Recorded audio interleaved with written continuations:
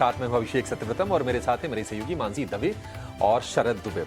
बाजार में कल हमने रिकवरी देखी, लेकिन वो रिकवरी सस्टेन नहीं कर पा रही है और वही रिकवरी नहीं, कोई भी जो रिकवरी आ रही है वो टिक नहीं पा रही है, क्योंकि टैरिफ को लेकर अनिश्चितता लगातार बनी हुई है और हम देख रहे हैं कि बाजार वेट एंड वॉच के मोड में है, धीरे धीरे नीचे की तरफ स्लाइड करते हुए। निफ्टी की अगर बात करें, जो गिरावट है करीब 160 अंकों के आसपास की है और फिर से हम 24,400 के आसपास पहुंच गए हैं क्रिटिकल सपोर्ट के आसपास। और निफ्टी बैंक की बात करें तो जो गिरावट है वो है करीब करीब 450 अंकों के आसपास की, 55,100 के आसपास आपको निफ्टी बैंक दिखेगा। एडवांस डिक्लाइन का रेशियो भी कमजोर है और जो नतीजे या फिर जो अच्छी खबरें भी आ रही हैं वो भी बाजार में डिस्काउंटेड हो रही हैं। इस बीच आप देखिए इक्विटास स्मॉल फाइनेंस बैंक के नतीजे आ गए हैं और पीपीओपी यानी कि प्री प्रोविजनिंग ऑपरेटिंग प्रॉफिट की 7.5% घटा है।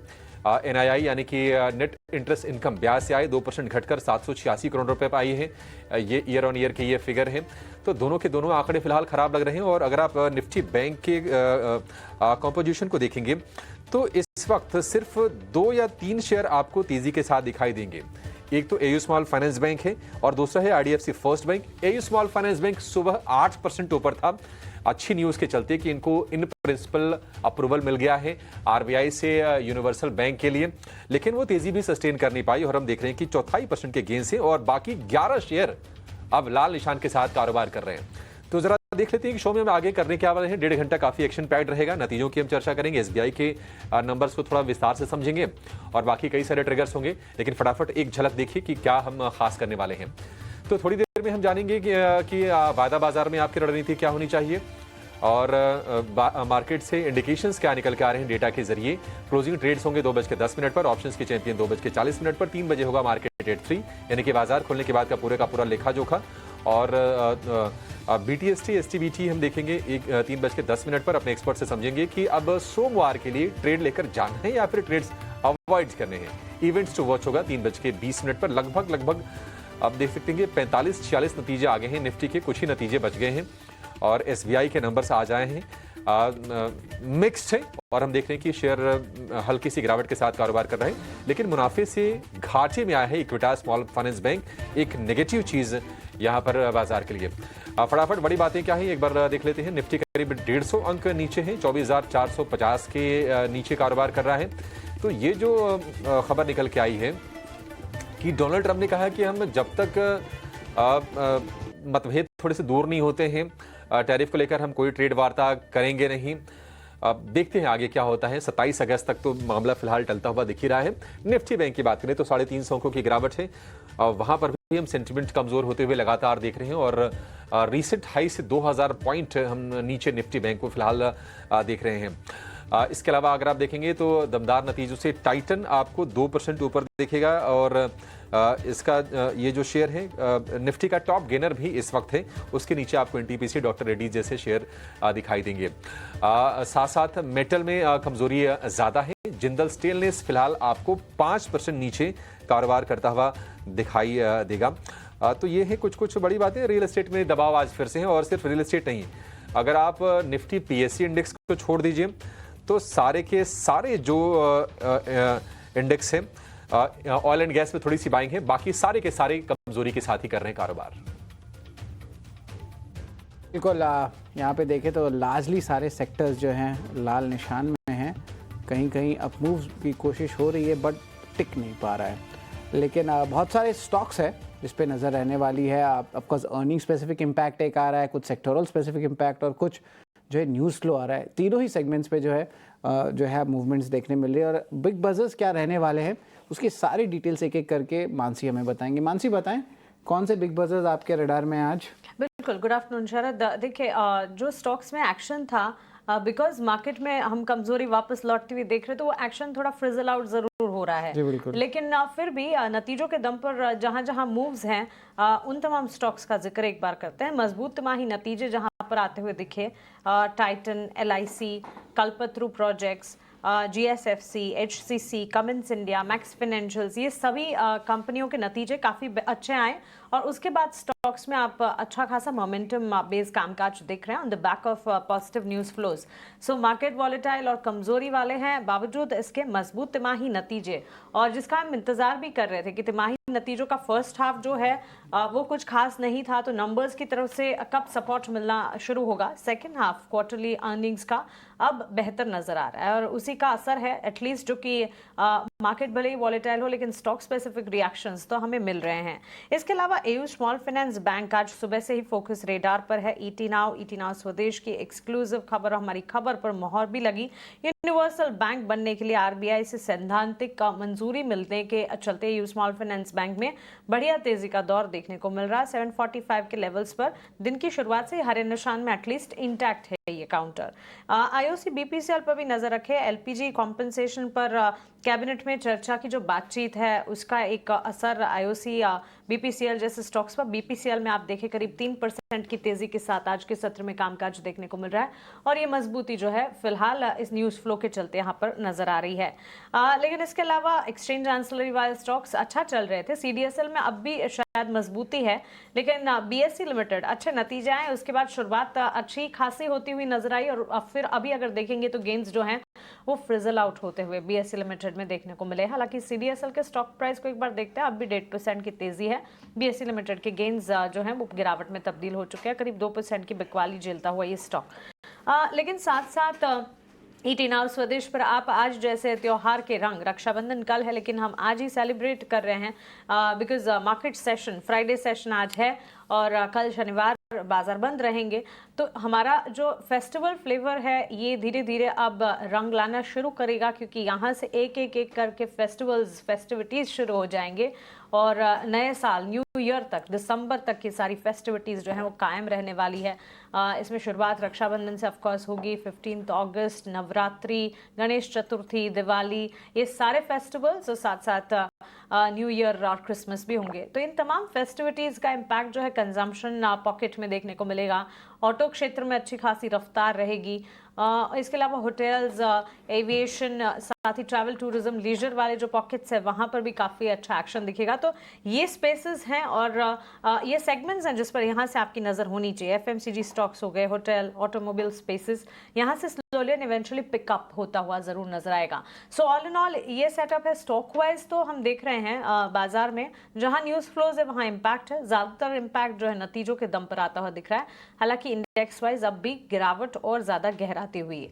अभिषेक, गुड आफ्टरनून। 24,428 या 24,500 के लेवल्स को भी हम आज टिका नहीं पाए हैं और बैंक निफ्टी में भी बिकवाली का दबाव। Broader markets, mid cap, small cap भी आज गिरावट झेलते हुए एंटिसिपेटेड था क्योंकि फ्राइडे सेशन है, मार्केट पार्टिसिपेशन शायद कम हो, लेकिन इस वक्त स्ट्रैटेजी क्या बननी चाहिए निफ्टी, बैंक निफ्टी पर?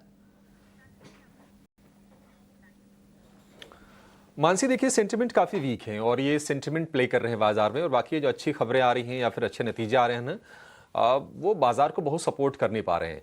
अगर अर्निंग से बाजार को चलना होता तो आप देखिए हाल फिलहाल तो नतीजे अच्छे ही आए हैं। अगर आप वो पूरा हमने जो लिस्ट बनाते हैं हम लोग, एक्सक्लूसिव लिस्ट 18 स्वदेश पर दर्शक देखते हैं कि कितने नतीजे अच्छे हैं, कितने खराब आए, कितने मिले July.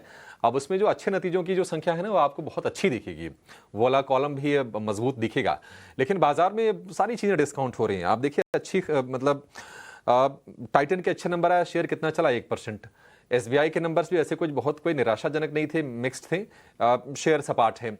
AU small finance bank को लेकर इतनी बढ़िया चीज़ आई कि उनको यूनिवर्सल बैंकिंग लाइसेंस मिल गया है। शेयर 8% खोला तो, लेकिन वो सस्टेन नहीं कर पाया, सपाट हो गया। तो सारी चीज़ें डिस्काउंट हो रही हैं और ये डिस्काउंटेड मुझे लगता है तब तक होंगी जब तक कि बाजार अनिश्चितता के माहौल से निकलेगा नहीं। अनिश्चितता कब खत्म होगी? जब टैरिफ को लेकर कोई नेगेटिव चीज़ ना आए बल्कि पॉजिटिव चीज़ें आने लगे बाजार में, और धीरे धीरे सेंटिमेंट वहाँ से बेहतर होगा। दूसरी चीज़ ये है कि अब ये बैठक होनी है, खबरें आ तो आ गई कि डोनाल्ड ट्रंप की बैठक होनी है व्लादिमीर पुतिन के साथ, जो कि रूस के राष्ट्रपति हैं। अभी बैठक कब होगी, कैसे होगी, और उसके बाद आउटकम क्या होता है। पॉजिटिव अगर हुआ तब तो ठीक है, बाजार के लिए पॉजिटिव होगा। अगर नेगेटिव हुआ तो फिर मामला फिर से कॉर्नर हो जाएगा। लेकिन कम से कम यहाँ से 27 अगस्त तक के लिए मानसी बाजार के लिए कोई ऐसी राहत की चीज़ लग नहीं रही है, क्योंकि आप वो भी चीज़ें देखिए कि एफआईज लगातार दूरी बनाए हुए हैं, डीआईआईज सपोर्ट कर रहे हैं, लेकिन क्या डीआईआईज इसी तरह से बाइंग करते रहेंगे, इसको लेकर भी थोड़ा सोचना चाहिए, क्योंकि लगातार उनकी तरफ से हमने बाइंग देखी है। इस महीने भी करीब अब तक वो 25,000 करोड़ रुपए के आसपास की खरीदारी कर चुके हैं। तो कब तक ये चलेंगी चीज़ें पता नहीं।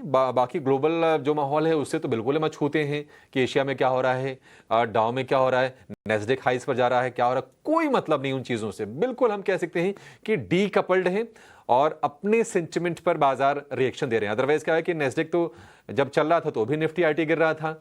नेस्डेक मतलब बिल्कुल ही हम देख ही नहीं रहे हैं कि बाकी दुनिया में हो क्या रहा है। पॉलिसी भी निकल गई, बाजार जस का तस, कोई खास एक्शन हम देख नहीं रहे हैं। तो देखना होगा कि अब यहाँ से ना खबरें किस तरह की आती हैं और स्पेशली टैरिफ से जुड़ी हुई बाजार कहीं ना कहीं वहाँ अटक सा गया है और एक जो कंसोलिडेशन वाला फेज है ना वो लंबा खिंच रहा है। कल रिकवरी तो आ गई, हमने 24,344 के स्तर देखे, वहां से थोड़ा रिकवर करके थोड़ा लगा कि उत्साह बन रहा है, लेकिन उसका कोई मतलब नहीं था मानसी। वो रिकवरी आई, थोड़ी किसी को वैल्यू बाइंग करनी हो की होगी। हमने देखा कि डीआईएस की होल्डिंग बढ़ी, 10,000 करोड़ रुपए के आसपास की बाइंग हुई थी। सलाह यह है कि पोजीशन अपनी बिल्कुल लाइट रखें, ओवरनाइट ट्रेड ना करें, बिल्कुल कंप्लीटली अवॉइड करें, क्योंकि पता नहीं कि क्या होगा, क्या कौन सी न्यूज आएगी। ट्रैप होने का खतरा ज्यादा है। शॉर्ट करना भी ठीक नहीं है क्योंकि इंडेक्स की चाल को भाप पाना बड़ा ही मुश्किल है। निफ्टी के अगर हम आज के अगर हम सपोर्ट रेंज की बात करें, जिनके सौदे हैं 24,500 24,400, जो सपोर्ट रेंज की सुबह हमने बात की वही सपोर्ट रेंज अभी भी इंटैक्ट है, उसमें कोई चेंजेस नहीं है। रेजिस्टेंस रेंज की बात करें तो हल्का से चेंज है, 24,600 24,700 ये रेजिस्टेंस की रेंज है। 24,800 के ऊपर निकल जाए फिर 2,500 अचीव कर लें, तब जाके माहौल ठीक होगा, अदरवाइज माहौल नेगेटिव है। निफ्टी बैंक की बात करें तो जैसा कि बता रहे थे कि एयू स्मॉल फाइनेंस बैंक के को लेकर अच्छी खबर थी, लेकिन तेजी टिक नहीं पाई। बाकी 10 शेयर आपको कमजोर ही दिखेंगे। लीडर्स भी मतलब माहौल अच्छा नहीं है। आप देखेंगे 2 महीने के निचले स्तर पर निफ्टी बैंक है, करीब 2,000 पॉइंट के आसपास से गिरावट आ चुकी है रिसेंट हाई से। तो जब तक टैरिफ को लेकर यह अनसर्टेनिटी का माहौल थमेगा नहीं ना, तब तक कोई रिवर्सल आना ही नहीं है, कितना भी जोर लग जाए। और ऐसी कोई बड़ी खबर हाल फिलहाल कोई ऐसा ट्रिगर है भी नहीं बाजार के लिए। तो गिरावट अगर आ रही है तो अगर आपको निवेश करना है, अगर आप लंबी अवधि का सोचते हैं तब तो ठीक है, आपको स्टॉक स्पेसिफिक मौके मिल जाएंगे। लेकिन ट्रेडर्स के लिए बड़ा मुश्किल सा समय है, शॉर्ट वट करना नहीं है। 55,000 का सपोर्ट अगर टूटा क्लोजिंग बेसिस पर तो गिरावट बाजार में बढ़ेगी, निफ्टी बैंक में और ज्यादा। रेजिस्टेंस अब देख रहे हैं कि आज के लिए 55,600 का रेजिस्टेंस आप निफ्टी बैंक में मान के चलिए। Stock specific, result specific, corporate action specific मौके बनते हैं तो आप उसका फायदा उठाइए, उसकी बातचीत हम लगातार कर भी रहे हैं। इंडेक्स में कुछ भी कहना और कोई एक तरफ का व्यू बना पाना बहुत मुश्किल है, बहुत ज्यादा मुश्किल है। और जो भी शुरुआत हो रही है ना, गैप डाउन गैप अप, उनका भी कोई मतलब नहीं है। इंटरडे में स्विंग्स बहुत ही वाइल्ड आ रहे हैं। अभिषेक, यहाँ पे जो है निफ्टी बैंक, निफ्टी दोनों ही जो है एक रेंज में आए हैं, लेकिन देखिए 6 स्ट्रेट वीक में जो है निफ्टी लाल निशान में बंद हो सकती है। ये बहुत स्टार्टलिंग डेटा है और ये बहुत रेयर हुआ है 15 साल में। हमने एक रिसर्च भी किया था तो उसके डिटेल्स भी आपको बताएंगे, पुलकित थोड़ी देर में आएंगे। लेकिन इसके अलावा भी ग्रासिम के नतीजे आ रहे हैं स्क्रीन पे। एक बार डायरेक्टर साहब ग्रासिम के नंबर्स दिखाइए। इनिशियली स्टैंड अलोन नंबर्स देखें तो यहाँ पे एबिडा में अच्छी जंप आई है, लेकिन पैट यहाँ पे शायद वन ऑफ एडजस्टमेंट्स होगा, उसके कारण जो है पैट जो है यहाँ पे भारी गिरावट देखने मिली है। स्टॉक देखें तो लगभग 1.5 से 2% गिरी है। होल्डिंग कंपनी भी है, तो उतना भी ज़्यादा वॉलेटिलिटी नहीं देखने मिलेगा, बट पर से अभी देखें तो 2700 लेवल्स के जस्ट नीचे जो है स्टॉक ट्रेड कर रहा है। और इसके थोड़े इंटरनल्स भी जब आएंगे तो हम आपको धीरे धीरे करके बताएंगे, बट अभी के लिए इनिशियली आप कहेंगे कि जो स्कोर कार्ड है वहाँ पे देख लेते हैं तो ये जो है अभी भी लाल निशान में है। एसबीआई के भी नतीजे थोड़ी देर पहले आए थे, थोड़े मिक्स सेट ऑफ नंबर्स थे, खास करके उनकी ओवरऑल नतीजे की बात करें। अभी देखिए निफ्टी की अर्निंग्स अभी तक जो आए हैं वो हम स्क्रीन पे आपके सामने रख रहे हैं। एसबीआई तक अर्निंग्स आया हुआ है और अभिषेक बहुत सही बता रहे थे कि जो सेकंड हाफ है वहाँ पे नतीजे अच्छे दिखने लगे हैं। अगर बात करें टोटली तो 25 अर्निंग्स टोटली जो आपके स्क्रीन पे देख रहे हैं, 5 अर्निंग्स अभी बाकी है, अगले हफ्ते ख़त्म हो जाएगा। 25 तो अनुमान के मुताबिक या अच्छे हैं, कमज़ोर और मिले जुले जो है 20 हैं। और अभी थोड़ी देर ग्रासिम भी जो है लिस्ट में ऐड हो जाएगी, लेकिन हम थोड़ी सटीक एनालिसिस करेंगे तब हम 46 स्टॉक जो है निफ्टी में डाल लेंगे। तो अभिषेक, अर्निंग्स में तो देखिए सेकेंड हाफ उतना ख़राब नहीं है, बट बाज़ार कुछ और डिस्काउंट कर रहा है तो उसको हम रेस्पेक्ट करेंगे। और देखिए ग्रासिम की भी थोड़ी सी गिरावट आ रही है। कपिल, गुड आफ्टरनून, आप हमारे साथ जुड़े हैं। किस तरह लग रहा है बाज़ार का सेटअप अभी? यहाँ पे 2 तरीका है, एक तो ऑफकोर्स लॉन्ग टर्म इन्वेस्टर्स की भी अगर बात करें तो यहाँ पे शायद बाय ऑन डिप्स की रणनीति होनी चाहिए स्टेप अप बेसिस पे, और ट्रेडर्स जिस तरह अभिषेक बता रहे थे कि ट्रेड लाइट रखे या बहुत कम पोर्शंस हो जहाँ पे सेलेक्टिव पुट्स हो सकता है। तो किस तरह बाजार देख रहे हैं एज एन इन्वेस्टर, करंटली क्या करना चाहिए? Majority of the announcements factored इन हो गए डोमेस्टिक के, ग्लोबली जो है अनिश्चितता बनी हुई है ट्रेड डील को लेके, तो किस तरह एज एन इन्वेस्टर एटलीस्ट देखना चाहिए, ये बताएं कपिल। जी बिल्कुल। First of all good afternoon everyone. Trader के पर्सपेक्टिव से जी मैं जो पहले हम बात करते हैं, और जहां पे अभिषेक जी बता रहे थे कि ट्रेडर्स को काफी कॉशियसली पोजीशन लेनी चाहिए। हालांकि एक मैं ट्रेडिंग साइकोलॉजिकल बुक पढ़ रहा था और वहां पे एक कोट था कि there are the bold traders, there are the old traders, but there are very few old and bold traders. तो कहने का मतलब यहाँ पे ये होता है कि कोई भी ट्रेडर कभी भी ऑल द टाइम एग्रेसिव नहीं रह सकता, कोई भी ट्रेडर ऑल द टाइम कभी डिफेंसिव नहीं रह सकता। मार्केट की सिचुएशन के हिसाब से हमें अपने रंग बदलने होते हैं। तो हाँ, ये जो भी का जो मार्केट का माहौल है वहां पे एक डिफेंसिव अप्रोच लेना तो बनता ही है।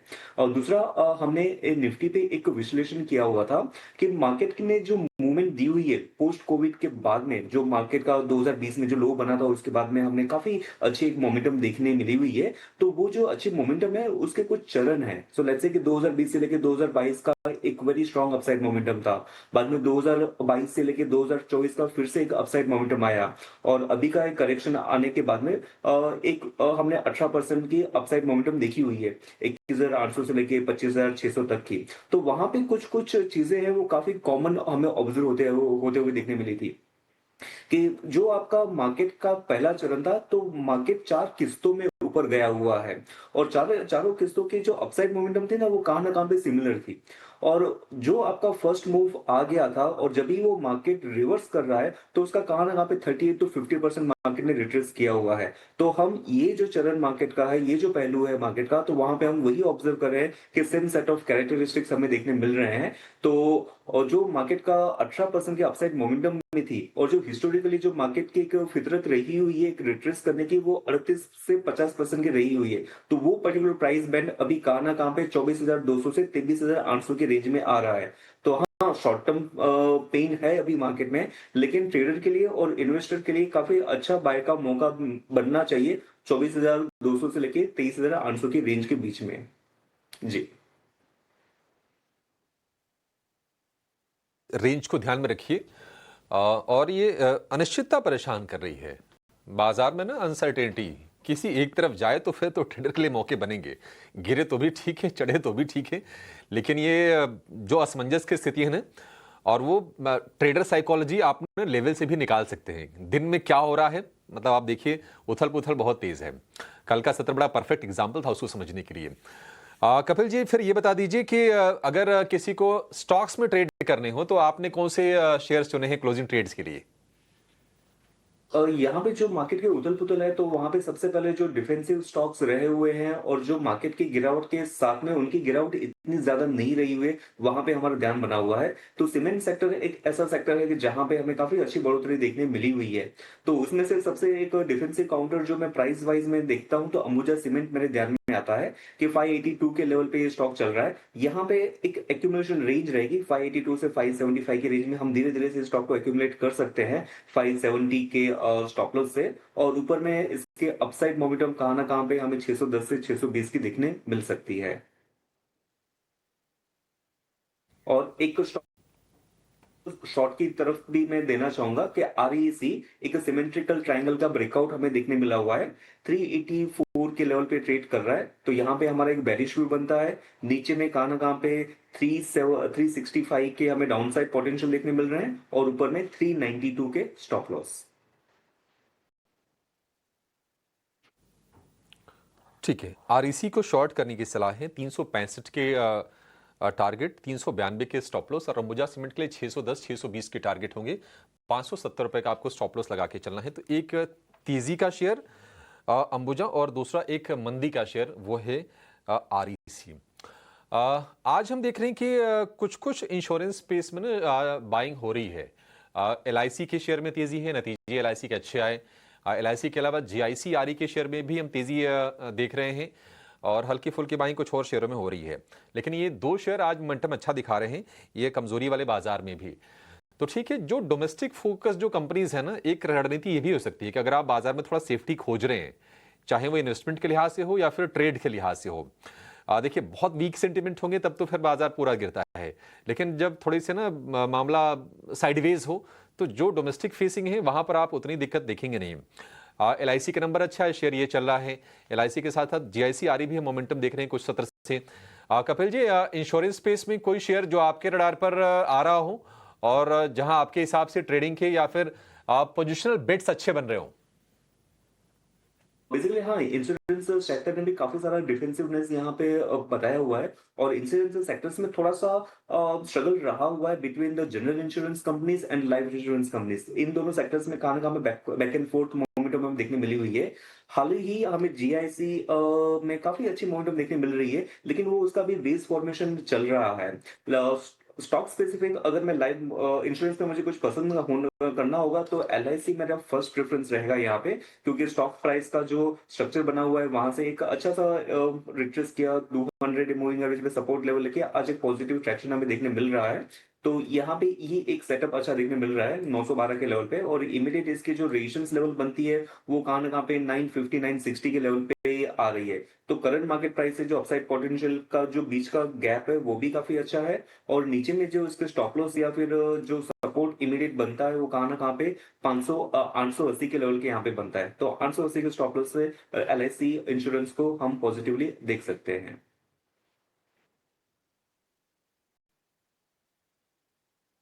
ठीक है, LIC पर आप बुलिश हो सकते हैं थोड़ा सा। 3% ऊपर ये शेयर है, 912 रुपये। ठीक, IPO वाले प्राइस के आसपास ही है LIC, बढ़िया है। 905 पर आई थिंक रिटेल को अलॉटमेंट हुआ था LIC में। 960 रुपये का टारगेट होगा, 880 रुपये का आपको स्टॉप लॉस लगा के चलना है। इस बीच बाजार आप देखिए, थोड़ा सा हम देख रहे हैं कि वीकनेस थोड़ी और बढ़ रही है, और निफ्टी है 250 अंक नीचे। एक झटका आज हमने देखा है 24,388 तक, तो 24,400 के नीचे तो गया है, वहां से अभी अभी हमने देखा है फिर ऊपर थोड़ा सा संभल के आया है।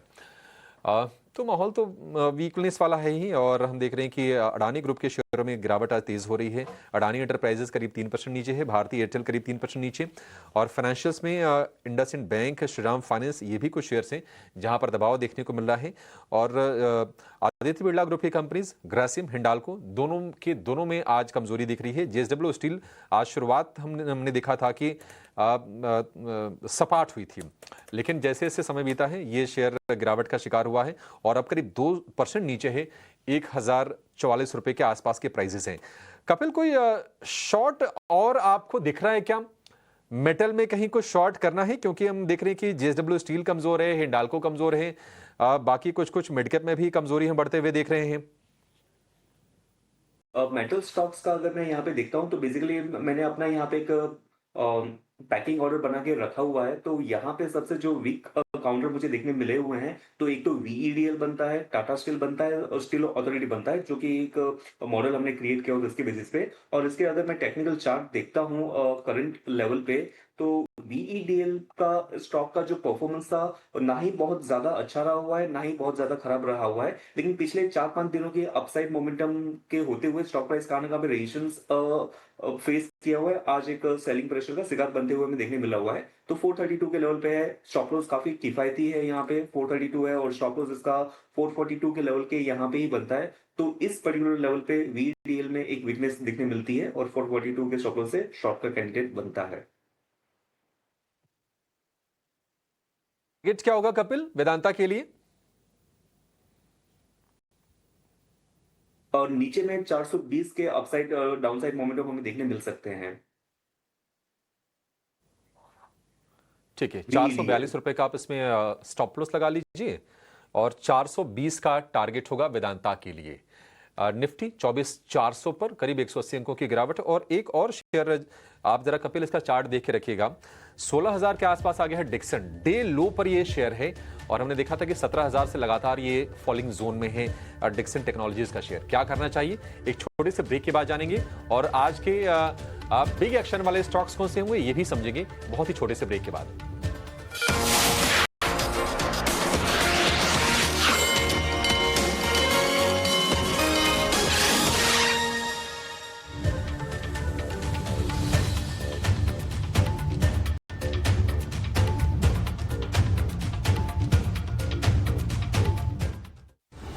In association with SBI। Best है सबको पता है।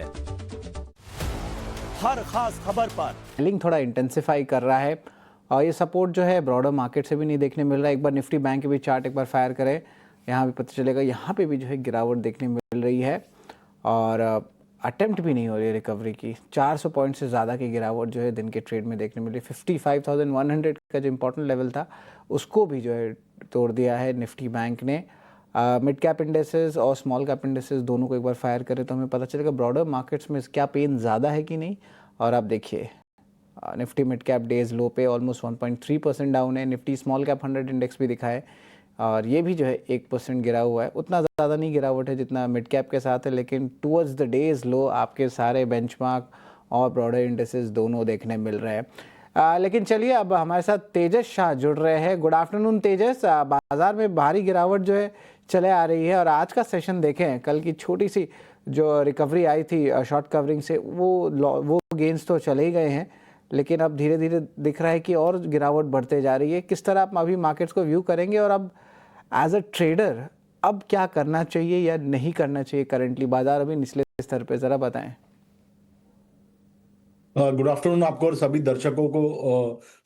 जो हिसाब से निफ्टी में जो गिरावट आ रही है, अगर देखेंगे तो क्लियरली एक बड़ा सेल सिग्नल आया था जब 24,800 का स्तर टूटा था, जहां पे 50 दिन की मूविंग एवरेज था। और उसके बाद हम लगातार निफ्टी में जो है डेली चार्ट पे लोअर लो बनते हुए देख रहे हैं।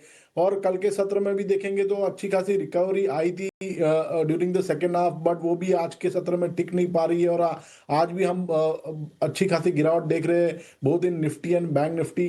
अभी जो मेजर सपोर्ट है निफ्टी में वो करीबन उसकी 200 दिन की जो एक्सपोनेंशियल मूविंग एवरेज है जो करीबन है 24,200 तक, तो वहां तक हमें लगता है कि बाजार में गिरावट का जो दौर है वो जारी रह सकता है। तो यहां से भी हमें लग रहा है कि अगर आज सेकेंड हाफ में टुवर्ड्स दी एंड अगर रिकवरी नहीं आती है और 24,500 के नीचे बंद आता है, तो मुझे लग रहा है अगले 2-3 दिन में हम नीचे में 24,200 तक के भी लेवल देख सकते हैं। 2200 के लेवल्स भी देख सकते हैं आप। तेजस, आपसे एक फॉलो ऑन क्वेश्चन रहेगा कि यहाँ पे कुछ पुट्स इनिशिएट कर सकते हैं सेलेक्टिवली, देखा जाए अगर डिसिप्लिन है और कुछ बेसिस पे अगर ट्रेड करना है तो, या अभी अवॉइड करेंगे? मेरे हिसाब से थोड़ा अवॉइड करना चाहिए, क्योंकि जो है कि अभी लंबा वीकेंड भी है और जो हिसाब से कल सेकेंड हाफ में रिकवरी आई है तो जो वॉलेटिलिटी है वो काफी है, तो मेरे हिसाब से टाइम बिंग अवॉइड करना चाहिए। और द टाइम बिंग अवॉइड करें, ठीक है। कपिल, देखिए ड्रैगर्स में बात करें तो यहाँ पे बैंकिंग स्टॉक्स भी जो है सपोर्ट नहीं कर रहे हैं। M&M में भी जो है थोड़ी रिवर्सल आई है। यहाँ पे अगर देखा जाए तो ITC पे एक बार नज़र डालेंगे, अभी भी हरे निशान पे है। ऐसा नहीं है कि गिरावट भारी आया है, पर अपने आप को मेंटेन करके रखा है। ये 410 405 का जो लेवल रहता है ITC का, तो इस पे जो है क्या मोमेंटम रहेगा, एक बार देख लेते हैं। कपिल, ज़रा ITC पे अपनी राय बताएं। ये होल्ड कर रहा है इस भारी गिरावट में भी, इतना भी ज़्यादा नहीं गिर रहा स्टॉक, तो इस पे क्या आपकी राय रहेगी? जी बिल्कुल। नॉर्मली आईटीसी की एक नॉर्मल एक टेंडेंसी रही हुई कि जब भी मार्केट में उथल पाथल बहुत ज्यादा होती है तो वो स्टॉक कहाँ पे एज ए डिफेंसिव नोट पे काम करता है। बट ट्रेड के लिहाज से यहाँ पे कोई खास ट्रेड सेटअप यहाँ पे दिखते हुए नहीं मिल रहा है। हाँ, स्टॉक 414 415 के लेवल के यहाँ पे है जो एक सपोर्ट लेवल भी है, लेकिन यहाँ पे उसके long to short term moving average है वो काफी फ्लैट है। तो जब भी long to short term moving average काफी फ्लैट होती है ना, तो वहां पे मोमेंटम या फिर फॉलोअप साइन काफी कम होती है। थोड़ा सा ऊपर चलेगा, बाद में फिर से रिट्रेस कर जाएगा, तो lack of direction, lack of strength का शिकार ये स्टॉक बना हुआ है। तो साइडवेज ही व्यू बन रहा है अभी आईटीसी पे। साइडवेज व्यू आईटीसी के लिए फिलहाल बनता हुआ। डाइवर्सिफाइड एफएमसीजी स्पेस, एफएमसीजी का बास्केट जो है ये संभलने की कोशिश ज़रूर करता हुआ यहाँ से आगे कंजम्पशन के खेमे पर नज़र ज़रूर रखनी चाहिए। लेकिन तेजस, गुड आफ्टरनून। आपके क्लोजिंग ट्रेड्स अब हम जानना चाहेंगे, कौन से स्टॉक्स है इस वक्त आपके फोकस रेडार पर? आज का जो मेरा पहला ट्रेड है वो है इटर्नल लिमिटेड। स्टॉक क्लियरली एक अप ट्रेंड में चल रहा है। हाई टॉप हायर बॉटम के फॉर्मेशन है। स्टॉक ने रिसेंटली एक नया ऑल टाइम हाई भी बनाया था और नया ऑल टाइम हाई बनाने के बाद थोड़ा सा स्टॉक एक कंसोलिडेशन मोड में चला गया था। पर कल के सत्र में देखेंगे तो स्टॉक ने एक अच्छी खासी रिकवरी दिखाई थी फ्रॉम दी लोअर लेवल्स और जो था डेली चार्ट पे 22 जुलाई का जो गैप था वो भी फिल हो चुका है। तो मुझे लग रहा है कि ये स्टॉक अभी जो रिसेंटली स्विंग हाई बना था 314 का, वो रिटेस्ट कर सकता है। तो करंट भाव पे डिप में खरीदारी करिए इंटरनल में। इसमें आपको स्टॉप लॉस लगाना है 288 का। इसका पहला लक्ष्य रहेगा 314 का और दूसरा लक्ष्य रहेगा 327 का। और जो दूसरा जो स्टॉक है वो है दिग्गज L&T लिमिटेड। हमने L&T में एक अच्छी खासी गिरावट देखी थी in the month of July, और उसके बाद पोस्ट रिजल्ट अनाउंसमेंट हमने स्टॉक में एक अच्छी खासी तेजी देखी थी और एक फ्लैग फॉर्मेशन भी हुआ है on a daily chart. Short term moving average के ऊपर ट्रेड कर रहा है। फ्लैग फॉर्मेशन के बाद स्टॉक एक साइडवेज कंसोलिडेशन में ट्रेड कर रहा है, बट मुझे लग रहा है रिस्क रिवॉर्ड के लिहाज से ये स्टॉक में एक अच्छी खरीदारी करने का मौका है। तो करंट भाव पे डिप में खरीदारी करिए L&T में। इसमें आपको स्टॉप लॉस लगाना है 3509 का। इसका पहला लक्ष्य रहेगा 3740 का और दूसरा लक्ष्य रहेगा 3855 का। तो चलिए ये टेक इस वक्त L&T और इटर्नल दोनों स्टॉक्स पर फिलहाल हमें मिलता हुआ दिख रहा है। लेकिन एक बार बाजार की चाल और particularly stock wise move Nifty next category में क्या कुछ आ रहे हैं उस पर फोकस करते हैं। और BPCL, LIC, gas authority of India limited, ये कुछ तमाम काउंटर्स है जो कि निफ्टी नेक्स्ट कैटेगरी में परफॉर्म कर पा रहे हैं। सबसे ज़्यादा मजबूती इस वक्त LIC पर नज़र आ रही है और ऑफकोर्स अच्छे नतीजों का एक्शन है जो कि स्टॉक प्राइस में रिफ्लेक्ट होता हुआ क्लियरली नज़र आ रहा है। LIC इंडिया पर कपिल आपसे टेक, और इसके अलावा भी BPCL गेल पर भी कोई राय अगर बनती है तो बताइएगा। जी बिल्कुल। LIC इंडिया पे जो हमने अभी जिक्र किया था कि stock price means general insurance, life insurance में थोड़ा सा टफ फाइट थी, लेकिन लाइफ इंश्योरेंस के स्टॉक्स थोड़े से आउट परफॉर्म कर रहे हैं। तो करंट लेवल पे हाँ एक पॉजिटिव व्यू इसमें बनता है। 880 का नीचे में स्टॉप लॉस बैठेगा और ऊपर में कानगा पे 960 तक की पोटेंशियली मोमेंटम दिखनी पड़ेगी, लेकिन डिफेंसिव वे में उसको एक्यूमुलेट करना है। और जो HPCL क्या आज के दिन में अचानक से काफी अच्छी मोमेंटम इसमें देखने मिल रही है। तो ऑयल एंड मार्केटिंग कंपनी का हमेशा ऑर्डर कुछ इस तरीके से ही रहा हुआ है, BPCL, HPCL and then the IOC। तो यहाँ पे BPCL का मैं स्टॉक का प्राइस देखता हूँ तो आज काफी अच्छा मूव किया हुआ है, 320 का है। ओवरऑल स्ट्रक्चर काफी अच्छा है, स्टॉक प्राइस में काफी हेल्दी करेक्शन भी आ गया है। 320 के लेवल है तो 320 310 एज ए एक्यूमुलेशन जोन मान सकते हैं। ये स्टॉक पॉजिटिव टेरिटरी में रहेगा जब तक ये स्टॉक 300 के लोअर लेवल के ऊपर है। 300 के नीचे हमें अपना रिस्क और लॉस एक्सेप्ट करना होगा, और ऊपर में हम इसके अपसाइड पोटेंशियल देखते हैं या फिर नियरेस्ट रेजिस्टेंस देखते हैं, वो कानगा में 345 पे आते हैं। तो 320 by 300 stop loss and 345 upside potential. ये टेक इस वक्त बनता हुआ निफ्टी नेक्स्ट कैटेगरी के चुनिंदा स्टॉक्स जहां पर आज के सत्र में एक्शन नजर आ रहा है वहां SBI को लेकर एक खबर SBI चेयरमैन की तरफ से नोट्स आ रहे हैं जो कि इस वक्त आप अपने स्क्रीन पर देख रहे हैं। MSME रिटेल में बेहतर क्रेडिट ग्रोथ की बात यहाँ पर की जा रही है। डिपॉजिट ग्रोथ जो है 11.6% पर Q1 के नतीजे क्लियरली हम यहाँ पर देख रहे हैं। मैनेजमेंट की तरफ से जो कमेंट्री आ रही है, करंट अकाउंट डिपॉजिट ग्रोथ 30% पर है। और इन तमाम चीज़ों के चलते कह सकते हैं कि एक न्यूज़ फ्लो और इम्पैक्ट है। आज लगातार सुबह भी वरुण दुबे भी इस पर अपनी राय दे रहे थे, इस पर अपनी रिसर्च बता रहे थे। और इस वक्त मैनेजमेंट SBI चेयरमैन की तरफ से टेक्स हैं। MSME रिटेल में बेहतर ग्रोथ, पिछले 5 सालों में एसेट क्वालिटी में लगातार मजबूती।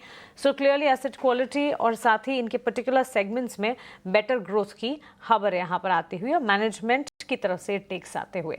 एक छोटे से ब्रेक के लिए यहाँ पर हम रुक रहे हैं। ब्रेक के उस पार जब वापस लौटेंगे तो चर्चा जारी रखेंगे। BTST, STBT ट्रेड्स और ऑप्शन का एक दमदार ट्रेड भी आपको बताएंगे।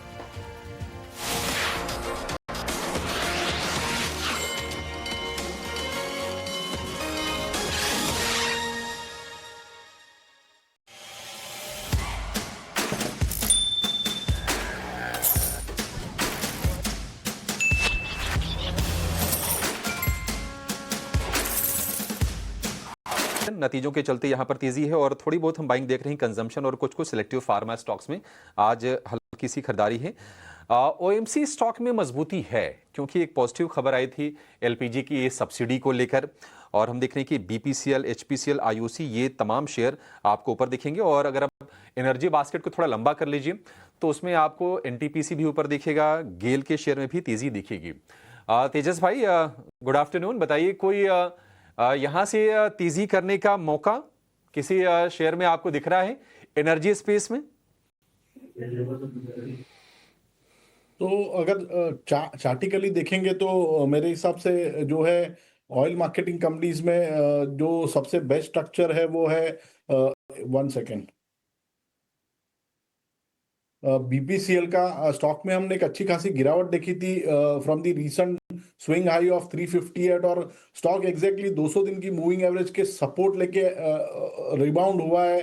तो लॉन्ग टर्म सपोर्ट के करीबन ट्रेड कर रहा है। यहाँ से कोई लंबी रैली नहीं लग रही है, बट मुझे लग रहा है एक माइनर पुलबैक रैली आ सकती है स्टॉक में। स्टॉक का इमीडिएट बेसिस पे सपोर्ट 307 का है, तो जब तक ये लेवल होल्ड कर रहा है मुझे लग रहा है यहाँ से एक पुलबैक रैली आ सकती है और वो करीबन 332 से लेके 335 तक स्टॉक जा सकता है। ठीक है, 332 से 335 तक की तेजी हम बीपीसीएल में देख सकते हैं। कमिंस इंडिया के शेयर में आज अच्छी स्ट्रेंथ है और इसको हम लगातार चलते हुए देख रहे हैं। बाजार में हाल फिलहाल जो वीकनेस रही है उसको भी दरकिनार करके ये ऊपर जाता गया है और 3900 रुपये का आज इसने इंट्राडे का हाई बनाया है। जो 52 वीक हाई है वो है 3929 रुपये का। Kapil ji, Cummins India structure इसका मजबूत ही दिख रहा है, क्या करना चाहिए? क्योंकि हमने देखा कि नंबर्स भी इसके काफ़ी अच्छा है। अगर हम रेवेन्यू ग्रोथ की बात करें 26% तो रेवेन्यू इसका बढ़ा है। कमिंस में जिन्होंने बाइंग नहीं की है अभी तक, जिनसे छूट गया है शेयर, क्या उनके लिए मौके हैं या फिर वो रहने दें, जिनके पास हैं वो स्टॉप लॉस ट्रेल करते रहें? राइट। जी, क्यूमेंस बेसिकली कैपिटल गुड्स के जो सेक्टर थे उसमें से सबसे आउट परफॉर्मिंग स्टॉक रहा हुआ है। काफी अच्छी पॉजिटिव मोमेंटम आ गई है। आज के दिन में उसने 3600 के जो काफी हफ्तों से एक हर्डल बना था वो क्रॉस करके काफी ऊपर में मोमेंटम दी हुई है, लेकिन 3900 का जो नेक्स्ट बेस्ट रेजिस्टेंस लेवल था वहां पे आके स्टॉक अटक गया है और थोड़ा सा माइल्ड रिएक्शन भी हमें देखने मिला हुआ है। तो मेरे हिसाब से जो फ्रेश पोजीशंस तो यहाँ पे नहीं बनती है, लेकिन जिसके पास ये पोजीशंस है वो पार्शियली प्रॉफिट बुक कर सकता है और जो बाकी की क्वांटिटी है उनको 3650 के ट्रेलिंग स्टॉप लॉस से स्टॉक में होल्ड कर सकते हैं। ठीक है, कमिंस को लेकर ये व्यू हो गया आपके लिए। एक और शेयर जो पिछले करीब करीब 8 से 10 ट्रेडिंग सत्र में एक रेंज में फंस गया था गिरावट के बाद, आईएक्स में भी आज तेजी हम देख रहे हैं, करीब 4% ऊपर आपको दिखेगा। जब ये खबर आई थी कि मार्केट कपलिंग को रेगुलेटर की मंजूरी मिल गई है, अगले साल से मार्केट कपलिंग की शुरुआत हो जाएगी, तो कहीं ना कहीं आईएक्स पर वॉल्यूम थोड़ा घटेगा और बाकी जो प्लेयर्स हैं, 2 और प्लेयर हैं इस स्पेस में, उनका पावर ट्रेडिंग का वॉल्यूम बढ़ेगा। आईएक्स आपको लगता है तेजस जी कि अब ये शेयर संभल गया है, जो गिरावट आनी थी वो आ चुकी है, बॉटम बन चुका है और फिर से चलेगा ये?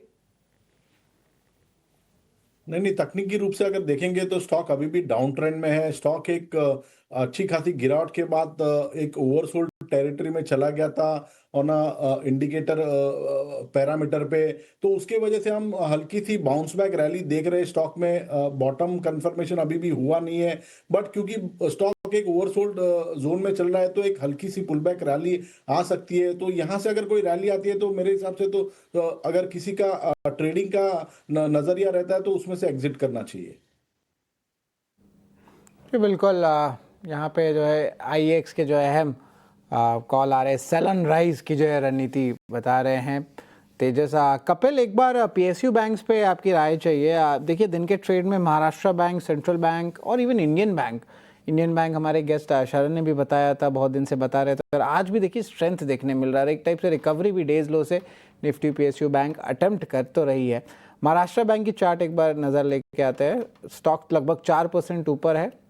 Kapil, risk reward ratio positionally कैसा लग रहा है पीएसयू बैंक्स में, और अगर कोई अच्छा पसंदीदा शेयर है आपका तो वो भी बताएं। Central bank, Indian bank, even SBI जो भी हरे निशान में आ गया है, महाराष्ट्र बैंक, इन सारे स्टॉक्स में नज़र रखें। राइट। तो पीएसयू बैंक नॉर्मली एक मोमेंटम पॉजिटिव में रहा हुआ है, लेकिन PSU bank on week on week basis जो हमारा रैंकिंग मॉडल होता है तो वहां पे काफी अप एंड डाउन हमें देखने मिलते हैं कि कुछ वीक के लिए वो काफी आउट परफॉर्म करता है, कुछ वीक के लिए वो काफी अंडर परफॉर्म करता है। लेकिन जो स्ट्रक्चरली हम जो चार्ट देखते हैं तो यूनियन बैंक, यूको बैंक में हमें काफी सारे फ्लक्चुएशंस देखने मिलते हैं। लेकिन सेकंड टियर पीएसयू बैंक्स में अगर देखने जाते हैं तो इंडियन बैंक का चार्ट है वो काफी अच्छा सा सेटअप बना हुआ है। On a monthly time frame flag Paul का हमें ब्रेकआउट देखने मिला हुआ है, ऑलरेडी कंफर्म पैटर्न ये बन चुकी है। और पिछले कुछ दिनों से हाँ हमें एक पॉजिटिव मोमेंटम भी देखने में मिलते आ रहे हैं। तो 652 के लेवल पे है, माइंड एक रेजिस्टेंस लेवल है, थोड़े से कंफर्मेशन के तौर पे स्टॉक जब भी 655 656 के ऊपर कूद जाए तो यहाँ पे एक बाय का व्यू बनता है। तो एक हमारे कंफर्मेशन भी मिल जाएगा कि हाँ बायर के पास स्ट्रेंथ है सेलिंग को एब्जॉर्ब करने की। और तो कंडीशनल अप्रोच है, 656 के ऊपर बाय का व्यू रहेगा और नीचे में 640 के स्टॉप लॉस हम रख सकते हैं। और पिवट लेवल के हिसाब से कहां ना कहां पे 675 की अपसाइड पोटेंशियल भी इसमें देखने मिलेगी। और पीएसयू बैंक्स में अगर आप डिफेंसिव साइड में देखना चाहते हो जहां पे आपकी डाउन साइड मोमेंटम भी बहुत ज्यादा नहीं होगी, अपसाइड मोमेंटम भी ज्यादा नहीं होगी और टाइम थोड़ा सा ज्यादा देना पड़ेगा, तो इसके लिए एसबीआई काफी अच्छा फिट बैठता है। 805 का स्टॉक है जो अपनी स्टॉक ने काफी हफ्तों से एक रेंज बना के रखी हुई है, 785 नीचे में 835 ऊपर में। अभी कहां ना कहां पे वो अपनी लोअर बैंड के यहाँ पे ट्रेड कर रहा है। 200 दिन का मूविंग एवरेज का सपोर्ट लेवल भी है, प्रीवियस बेस भी यहाँ पे फॉर्म किए थे। तो इस स्टॉक को 805 से लेके 795 की रेंज तक हमें एक्यूमुलेट करना चाहिए। 785 के नीचे का स्टॉप लॉस हमें देखने मिल सकता है और 835 अपसाइड पोटेंशियल देखने मिल सकती है। गिवन द सिनेरियो एसबीआई काफी अच्छा सेटअप में देखने मिल रहा है। जी बिल्कुल, ये 805 लेवल्स पे जो एसबीआई फ्लैट है, एक नीजक रिएक्शन आया तो फिर वहाँ से वापस रिकवर कर गई है स्टॉक डेज लो से। लेकिन इसकी पूरी डिटेल्स बताते हैं कि क्या चल रहा है। कपिल की राय भी आई है, टारगेट 835 का, स्टॉप लॉस 785 का खरीदारी की राय है। लेकिन एसबीआई ने जून तिमाही के नतीजे जारी कर दिए हैं। कैसे रहे नतीजे बता रहे हैं हम वरुण। देखिए एसबीआई के नंबर्स मिले जुले रहे हैं। अगर आप एडवांसेस को देखेंगे तो 11.6% के आसपास की बढ़ोतरी थी और डिपॉजिट्स में भी इसके आसपास की ही बढ़ोतरी देखने मिली, जो कि हमारे अनुमान के मुताबिक ही रहे हैं।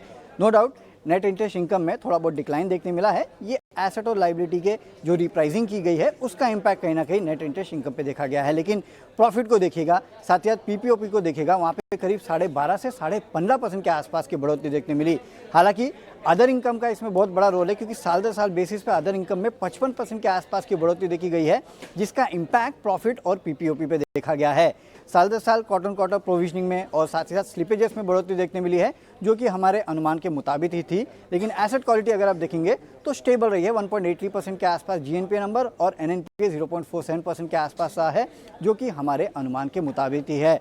No doubt net interest margin अगर आप देखेंगे तो थोड़ा बहुत डिक्लाइन देखने मिला है, 3% से कम होकर 2.9% पे आए हैं।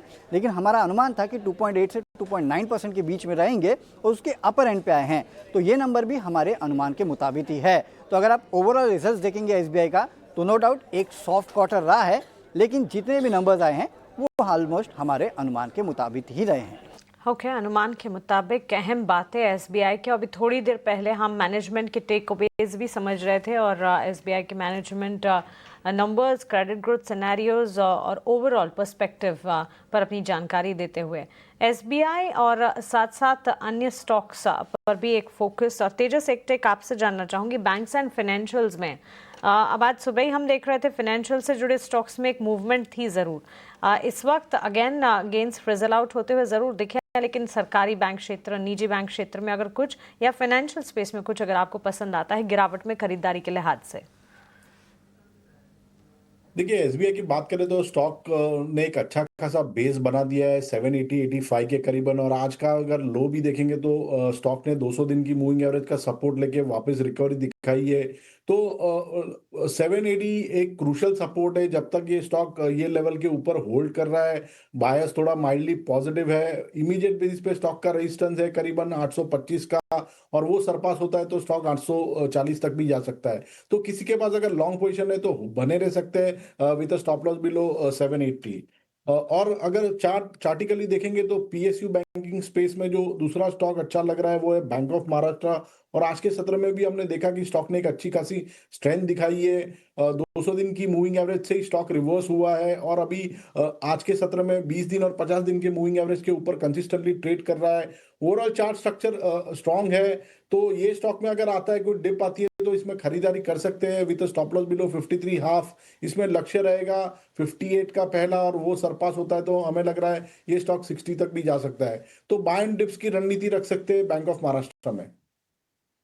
महाराष्ट्र गिरावट में खरीदारी की रणनीति एक बार बनती हुई यहाँ पर नजर आ रही है। लेकिन डॉक्टर रेड्डीज लेबोरेटरीज के स्टॉक को एक बार पुल अप करते हैं। फार्मा हेल्थ केयर डायग्नोस्टिक के बास्केट में हम देख रहे हैं कुछ हद तक मूवमेंट और वॉलेटिलिटी की तरफ बदल चुकी है कपिल, बिकॉज पिछले दिनों हमने देखा भी है फार्मा स्पेस को लेकर ट्रंप एडमिनिस्ट्रेशन की तरफ से जो टेक्स हैं उसका एक असर। Otherwise pharma health care laboratory space अच्छा काम कर रहा था। डॉक्टर रेड्डीज में आज आधे से 1% की तेजी है। इसके ठीक सामने डिविस लेबोरेटरीज पर भी एक नजर होनी चाहिए, यहाँ पर गिरावट है। डिविस लेबोरेटरीज क्या गिरावट पर खरीदारी का मौका बन रहा है कपिल, और साथ ही डॉक्टर रेड्डीज लेबोरेटरीज में क्या करना चाहिए? डिविस लैब का हम बेसिकली फार्मा सेक्टर्स ने काफी अच्छा मूव देखने मिला था। 2 वीक पहले काफी अच्छा से ब्रेकआउट थे, अभी वो ब्रेकआउट को पूरा कवर अप करके फिर से अपने बेस पे ही इंसेप्शन पॉइंट ऑफ रैली के यहाँ पे ही आ गया है। और अभी हम कंफर्म वेट कर रहे हैं कुछ एक पॉजिटिव कंफर्मेशन का। डिविस लैब का स्टॉक का स्ट्रक्चर वैसे देखा जाए तो काफी अच्छा रहा हुआ है, लेकिन फिलहाल में काफी ज्यादा सेलिंग प्रेशर हमें देखने मिली हुई है। सपोर्ट लेवल के इर्द गिर्द है, लेकिन अभी तक कोई कंफर्मेशन या फिर बायर का प्रेजेंस देखने नहीं मिला हुआ है। तो being the follower of the market पहले एक पॉजिटिविटी इस स्टॉक में जुड़े तो इसके बाद में कुछ एक पॉजिटिव व्यू बना सकते हैं स्टॉक के लिए। लेकिन इस पॉइंट पे तो डिविस लैब में कोई बाइंग एंट्री का मौका तो नहीं देखने मिल रहा है।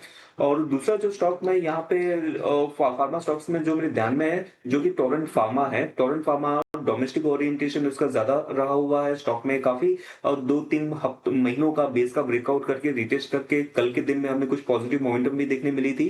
तो फार्मा पैक में टोरेंट फार्मा में थोड़ा सा ट्रैक्शन मुझे अच्छा सा देखने मिल रहा है। 3585 के लेवल पे स्टॉक ट्रेड कर रहा है और इसका स्टॉप लॉस नीचे में 3480 के लेवल के स्टॉप लॉस से हम इसमें ट्रेड कर सकते हैं। ऊपर कहां ना कहां पे इसके अपसाइड मोमेंटम 3750 3800 की हो सकती है। टोरेंट फार्मा अच्छा बैक लग रहा है। तो चलिए, टोरेंट फार्मा पर एक टेक इस वक्त बनता हुआ। डिविस लेबोरेटरीज फिलहाल वेट एंड वॉच का नजरिया बनता हुआ। कमिंस इंडिया के चार्ट्स को पुल अप करते हैं। 4% की तेजी पर तेजस कमिंस इंडिया में आज हम देख रहे हैं मजबूती जो है। बाजार में इतनी कमजोरी या वॉलेटिलिटी है, लेकिन ये कुछ तमाम स्टॉक्स हैं जो कि एक्शन दिन भर में दिखा चुके हैं और ये एक्शन अब भी बरकरार है। इस वक्त अगर देखेंगे 3816 के लेवल्स पर कमिंस इंडिया का स्टॉक ट्रेंड करता हुआ करीब 4% की तेजी पर। क्या राय होगी जिनकी एग्जिस्टिंग पोजीशन है, और साथ साथ अगर नई पोजीशन का मन भी बनाना है तो किन लेवल्स पर बनाएं? देखिए, कमिंस इंडिया की बात करें तो स्टॉक क्लियरली एक आउट परफॉर्मर रहा है और एक राइजिंग चैनल में स्टॉक ट्रेड कर रहा है। हायर टॉप हायर बॉटम के फॉर्मेशन है, बट अगर डेली चार्ट पे देखेंगे तो स्टॉक एक ओवरबॉट टेरिटरी में चल रहा है। तो करंट भाव पे तो बाई करने की सलाह नहीं है, बट अगर किसी के पास लॉन्ग पोजीशन है तो स्टॉक में बने रह सकते हैं विद स्टॉप लॉस बिलो। थोड़ा डीप स्टॉप लॉस लगाना पड़ेगा। 3650 का आउटलुक पॉजिटिव है। इमीडिएट बेसिस पे रेजिस्टेंस है 3930 का। अगर ये लेवल अगर सरपास होता है तो मुझे लग रहा है ये स्टॉक एक नया ऑल टाइम हाई भी बना सकता है। तो होल्ड करने की सलाह है स्टॉक में with deep stop loss below 3650। अगर हैं तो इसे इंटैक्ट रखने की राय। कमिंस इंडिया पर 3815 के लेवल्स पर करीब 4% की तेजी पर ये स्टॉक अच्छी खासी मजबूती दिखाते हुए। यहाँ पर एक छोटे से ब्रेक के लिए हम रुक रहे हैं। ब्रेक के उस पार जब लौटेंगे markets at 3 BTST STBT trades और ट्रिगर्स टू वॉच आउट, और साथ ही हमारे एक्सपर्ट से चर्चा भी जारी रखेंगे।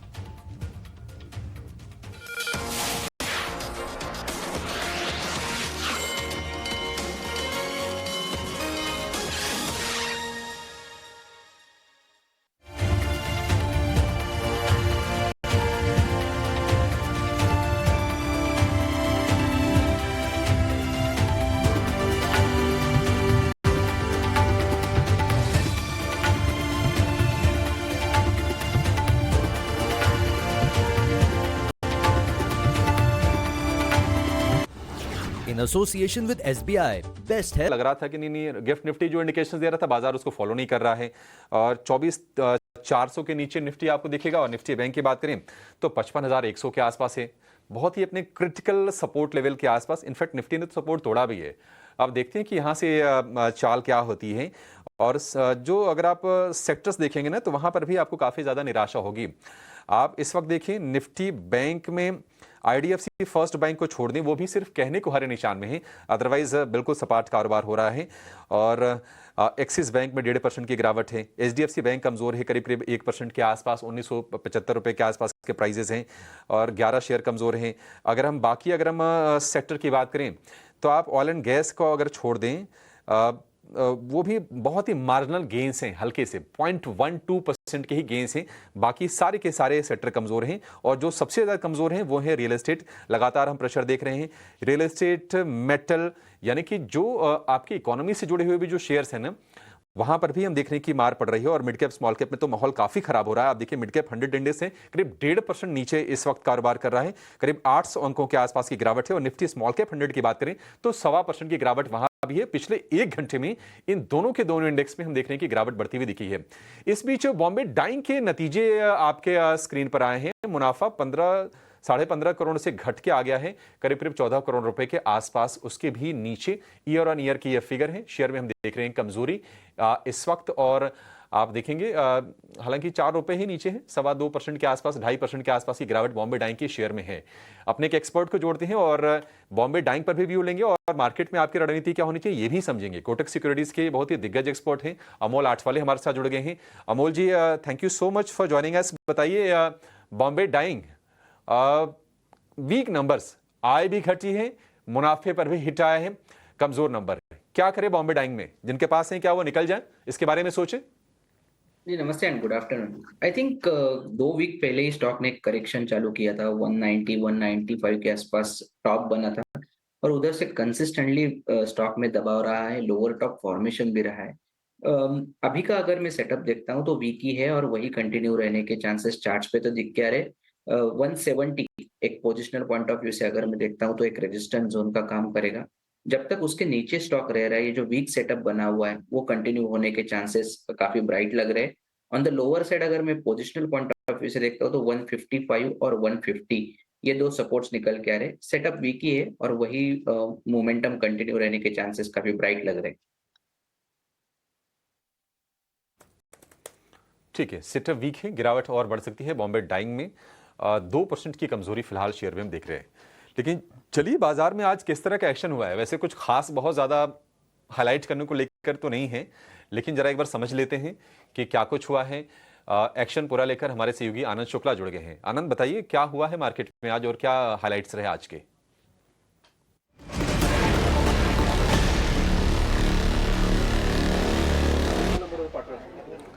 जी हाँ अभिषेक जी, हम बाजार में देख रहे हैं अच्छी खासी गिरावट और भारी गिरावट देखने को मिल रही है। और जो सेक्टर सबसे ज़्यादा गिरा है वो है मेटल का। मेटल शेयरों पर आज दबाव देखने को मिल रहा है। जिंदल स्टेनलेस की तरफ देखिए 5% नीचे कारोबार कर रहा है, वहीं हिंडलको 2% गिरावट दिखा रहा है। साथ ही साथ JSW स्टील में भी 1.5% के आसपास की गिरावट देखने को मिल रही है। वॉल्यूम कहाँ ज़्यादा है इसकी बात करें तो कल्पतरू प्रोजेक्ट्स का शेयर देखें, अच्छे नतीजे आए थे, मजबूत कमेंट्री देखने को मिली थी, 5 से 6% की तेज़ी दिखा रहा है शेयर और 30 गुना ज़्यादा, औसत से 30 गुना ज़्यादा वॉल्यूम देखने को मिल रहा है। इसके अलावा भारतीय एयरटेल की बात करें तो आज बड़ी ब्लॉक डील हुई है, 3% कमजोरी पर कारोबार करता नजर आ रहा है शेयर और औसत से 20 गुना ज़्यादा यहाँ भी वॉल्यूम देखने को मिल रहा है। LIC की बात करें तो Q1 के मजबूत नतीजे आए थे, मुनाफा जो है 52% बढ़ा है, 3% ऊपर कारोबार कर रहा है शेयर और औसत से 6 गुना ज़्यादा वॉल्यूम यहाँ भी देखने को मिल रहा है।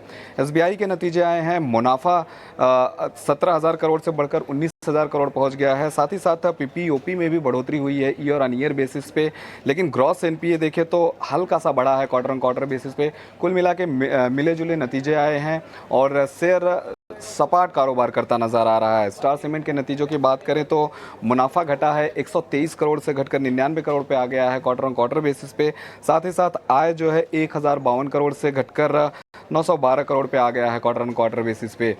शेयर में कमजोरी आज देखने को मिल रही है। और अंत में ब्रोकरेज रिपोर्ट की बात करें तो अवेंडस पे टाइटन पर अवेंडस की ब्रोकरेज रिपोर्ट आई है। खरीदारी की राय बरकरार रखी है, लक्ष्य दिया है 4,100 रुपये का। हमने देखा था कि मुनाफा जो है Q1 में कंपनी के करीब 35% बढ़ा था, इसी के चलते शेयर में आज 1.5% के आसपास की तेज़ी देखने को मिल रही है। तो 3 बजे तक ये सारे अपडेट्स हैं जिनकी वजह से इन सारे शेयरों में आज एक्शन देखने को मिल रहा है। जी बिल्कुल, इन सारे स्टॉक्स पे जो है नज़र हमारी जो है ज़रूर रहने वाली है। यहाँ पे देख रहे हैं कि थोड़ी स्टॉक्स में रिएक्शन देखने मिला है, लेकिन बाज़ार में देखें तो निचले स्तर पे और गिरावट बढ़ते जा रही है। 24,400 के नीचे तो आंकड़ा निफ्टी का चल ही रहा है और वो मेंटेन करके रखा गया है। कोई भी रिकवरी की अटेम्प्ट नहीं देखने मिली है। 200 अंक की गिरावट निफ्टी में, और सेंसेक्स में जो है भारी गिरावट 650 अंक का सारे सेक्टर से मेरी नज़र आ रही है। तो मेटल और रियल्टी स्पेस में सेलिंग और बढ़ चुकी है। एक बार मेटल स्पेस के स्टॉक्स दिखाएं डायरेक्टर साहब, यहाँ पे देखें तो दिन का सबसे बड़ा सेक्टरल लूज़र है। और यहाँ पे देखिए NMDC स्टॉक हुआ, Tata steel, JSW steel, SAIL, Hindalco, सारे स्टॉक्स पे सेलिंग प्रेशर आ रही है। तो ऑफ कोर्स यहाँ पे जो है हमारी नज़र ज़रूर रहेगी। लेकिन अमोल, आपके पिक्स जो है क्या रहने वाले हैं ऐसे बाज़ार में, क्या रहेंगे ज़रा बताएं। आई थिंक दो पोजिशनल पॉइंट ऑफ व्यू से देख रहा हूँ, बाइंग साइड का ही व्यू है। एक तो इतना नीचे मार्केट है, और अगर हम वीकली देखेंगे तो 6 या 7 week consistently market negative territory पे क्लोज होता हुआ दिख रहा है। और ऊपर से टॉप से अगर देखते हैं तो अराउंड 1000 पॉइंट का करेक्शन हुआ। तो शॉर्ट करना रिस्क टू रिवॉर्ड के हिसाब से अभी बैठ नहीं रहा है, बट ऐसे स्टॉक्स पे फोकस है जहाँ पे एक प्रॉमिसिंग लेवल के आसपास स्टॉक ट्रेड हो रहे हैं। एक बड़े करेक्शन के बाद एक प्रॉमिसिंग लेवल पे वहां पे रिवर्सल फॉर्मेशन दिख रहे हैं। तो पहला मैं ICICI GI के साथ जाना चाहूंगा, 1900 के आसपास है, 2000 तक के टारगेट है, पोजिशनल है, थोड़ा टाइम ले सकता है, कंसोलिडेशन हो सकता है स्टॉक में।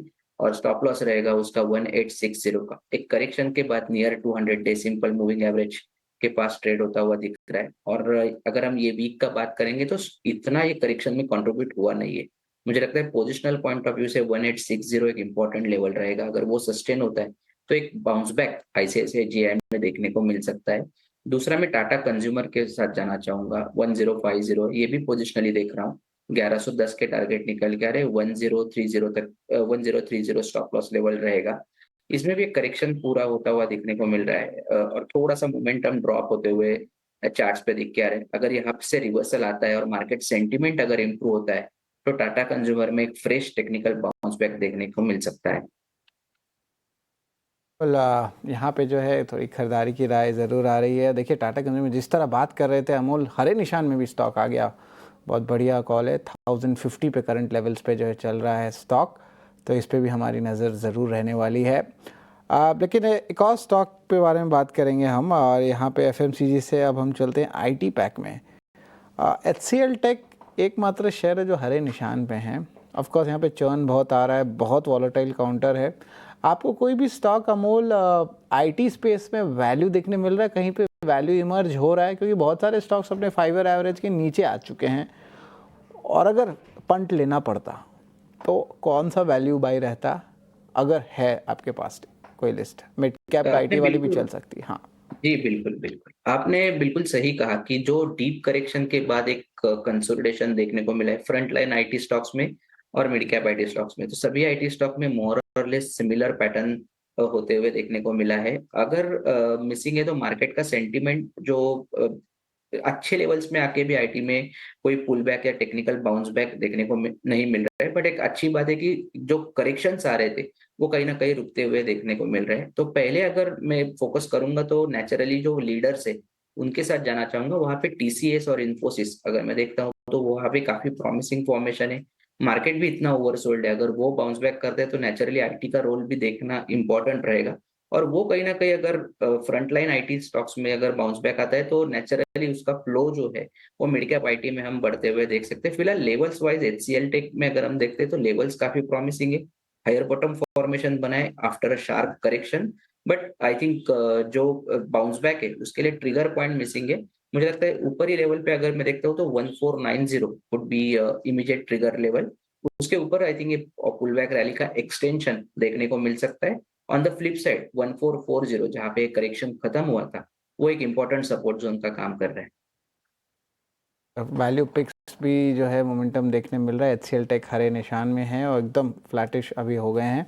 इस पे तो हमारी नज़र रहने ही वाली है। लेकिन चलिए एक छोटा सा ब्रेक लेते हैं। ब्रेक के उस पार जो है हम आपको बताएंगे कौन से STBT BTST ट्रेड्स हैं और अहम ट्रिगर्स अगले हफ्ते क्या रहेंगे।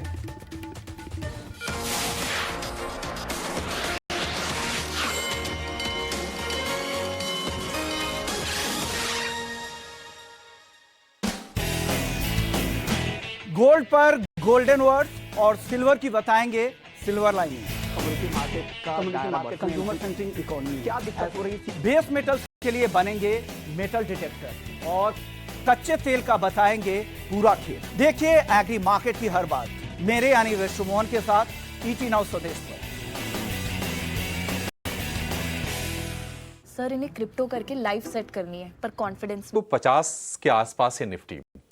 ये आई थिंक ये चार्ट थोड़ा सा डिलेड आ रहा है, इसको जरा हम चेक करेंगे। 233 अंकों की गिरावट अभी भी है, 24,362 पे आपको निफ्टी दिखेगा, 24,340। जी हाँ, अब देखिए ये अपडेटेड आ गया है। कल के लोअर लेवल के भी नीचे बाजार फिसलता हुआ दिख रहा है। निफ्टी बैंक की जो गिरावट है वो 500 अंकों से भी ज्यादा की इस वक्त हो गई है, 55,000 के आसपास आपको दिखेगा निफ्टी बैंक। तो कहीं से भी कोई राहत के संकेत नहीं है। डे लो पर मार्केट इस वक्त ट्रेड करता हुआ दिख रहा है। ऐसे में BTST STBT ट्रेड लेना भी बड़ा जोखिम वाला काम है, और अब सिर्फ एक दिन का मामला तो है नहीं, क्योंकि अब तो सैटरडे संडे क्या कुछ होगा पता नहीं। तो बेहतर है कि हम ट्रेड ना अवॉइड करेंगे। लेकिन इंडेक्स को क्या कोई हेज करने के लिए अगर आपकी तेजी की पोजीशन है, कोई पुट खरीदना है, बस इसके बारे में जरा आप अमोल जी आप जरा चेक कर लीजिए कहां पर कंफर्ट बैठता है। लेकिन उसके पहले जरा ये जान लेते हैं कि आज टाटा मोटर्स के जो नतीजे आने वाले हैं, नतीजे किस तरह के आएंगे और क्या उम्मीदें हैं, क्या फोकस में रहेगा। सृष्टि हमारे साथ जुड़ गई हैं नतीजों का प्रीव्यू लेकर, यानी कि अनुमान लेकर। सृष्टि बताइए क्या उम्मीदें हैं, क्या अनुमान है। तो देखिए टाटा मोटर्स से इस बार कुछ बहुत उम्मीदें नहीं हैं, क्योंकि आप देख सकते हैं कि किस तरीके से वॉल्यूम में इनके गिरावट देखने को मिली है। हालांकि कंपनीज अपने नंबर्स ये जारी करती ही हैं, और जिसमें हमने देखा है कि JLR के जो वॉल्यूम्स हैं वो तिमाही दर तिमाही ही 20% गिरते हुए नजर आ सकते हैं। वहीं पैसेंजर व्हीकल और कमर्शियल व्हीकल की बात करें तो वहाँ पर भी इनके ओवरऑल वॉल्यूम्स में 15 से 19% की गिरावट हमने देखी है तिमाही दर तिमाही। और जी हाँ, ये सभी फैक्टर्स जो हैं इनके कंपनी के नंबर्स पर भी रिफ्लेक्ट करेंगे। जहाँ पर हम प्रॉफिट की बात करें तो साल दर साल और तिमाही दर तिमाही भी हम 40 से 60% इनके मुनाफे में गिरावट की उम्मीद कर रहे हैं, जहां पर सिर्फ वॉल्यूम्स की तरफ से ही इनको मार नहीं पड़ी है। इसी के साथ साथ जो टैरिफ को लेकर इनको पूरी परेशानियां झेलनी पड़ी। आपको याद होगा कि बीती तिमाही में टाटा मोटर्स JLR ने US में अपना एक्सपोर्ट भी बंद कर दिया था टैरिफ अनसर्टेनिटी को लेकर, और उसके चलते भी जो है हम देख रहे हैं कि कहीं ना कहीं ये सारी चिंताएं जो है नंबर्स पे रिफ्लेक्ट करेंगी। अब इनकी आय की बात करें तो कंसोलिडेटेड फ्रंट पे 99,305 करोड़ ये आंकड़ा आने की उम्मीद है। EBITDA के लिहाज से 9938 करोड़ हम उम्मीद कर रहे हैं। पर मार्जिन सबसे इंपॉर्टेंट रहेंगे देखने, क्योंकि मार्जिन जो है 10% पर हम आने की उम्मीद कर रहे हैं। पर यहाँ पर JLR EBIT मार्जिन पर नज़र ज़रूर रखिएगा, क्योंकि पिछले क्वार्टर भी आपको याद होगा कि परेशानियां तो काफ़ी थी, पर JLR EBIT मार्जिन ने हल्का सरप्राइज ज़रूर किया था। इस बार भी हम उम्मीदें तो नहीं लगा रहे हैं, और उम्मीद मार्केट की लगभग 3.2% की है कि इतने इनके मार्जिन जो हैं गिरते हुए नजर आएंगे। पर साथ ही साथ आप देखेंगे तो negative operating leverage, adverse forex और ज़्यादा टैरिफ की वजह से इनके मार्जिन पर कंसोलिडेटेड फ्रंट पर इम्पैक्ट पड़ेगा। तो इस सभी फैक्टर्स जो है टाटा मोटर्स के नंबर्स को गिराने में शायद अपना योगदान ज़रूर दे, पर कहीं ना कहीं मार्जिन्स पर सबसे ज़्यादा फोकस रहेगा बाजार का। पर मैनेजमेंट कमेंट्री में अब जो JLR के नए CEO बने हैं वो आगे क्या रणनीति अपनाते हैं, और साथ ही घरेलू बाजार में फेस्टिव को लेकर क्या कुछ उम्मीदें हैं डिमांड साइड पे, वो सब कुछ देखना काफ़ी इंटरेस्टिंग रहेगा। ठीक है, शुक्रिया सृष्टि। तो नतीजों से पहले हम देख रहे हैं कि दिन के निचले स्तर पर ये शेयर कारोबार करता हुआ दिख रहा है। 633 रुपए के आप प्राइस देख रहे हैं। अब से करीब करीब 2 महीने पहले 735 रुपए के भाव थे। थोड़ी रिकवरी हम शेयर में देख रहे थे, लेकिन वो सारी की सारी जो रिकवरी है ना वो फिजल आउट हो रही है। और 632, क्योंकि सृष्टि ने पहले शुरुआत ही यही की कि नहीं कोई खास उम्मीद नहीं है। जब उम्मीद नहीं है तो फिर क्या होगा, देखते हैं कि आगे क्या कुछ ट्रिगर बनता है शेयर के लिए। लेकिन जिनके पास ये शेयर है टाटा मोटर्स का, अमोल जी बताइए अपने स्टॉप लॉसेस वो कहां पर लगा के रखें। अब नतीजे इसके आएंगे मार्केट बंद होने के बाद। अब सोमवार को जब शेयर खुलेगा तो गैप के साथ ही खुलेगा, जो भी होगा क्या करना चाहिए। कि शॉर्ट टर्म तो अभी ऑलरेडी काफी गिर चुका है स्टॉक, थोड़ा सा ओवरसोल्ड भी है, बट कहीं भी ऐसे दिख नहीं रहा है कि बाउंस बैक होगा। अगर कोई पोजिशनल पॉइंट ऑफ व्यू से देख रहा है उसको, तो एक 610 के बीच में थोड़ा सा डीप आएगा, क्योंकि वोलेटाइल हो सकता है रिजल्ट के टाइम में। तो 610 एक इंपॉर्टेंट लेवल निकल के आ रहा है, एक रिट्रेसमेंट सपोर्ट भी दिख के आ रहा है उधर। तो 610 और 600 एक प्रॉमिसिंग सपोर्ट जोन रहेगा। उसके नीचे के क्लोजिंग ट्रेंड को और वीक करेंगे। अगर एक का पैनिक लो लग के बाउंस बैक होता है तो मुझे लगता है वो वापस एक टेक्निकल बाउंस बैक का भी पॉसिबिलिटी बढ़ेगा। बट क्लोजिंग बेसिस पे अगर मैं देखूं तो 610 का लेवल काफी क्रूशियल रहेगा।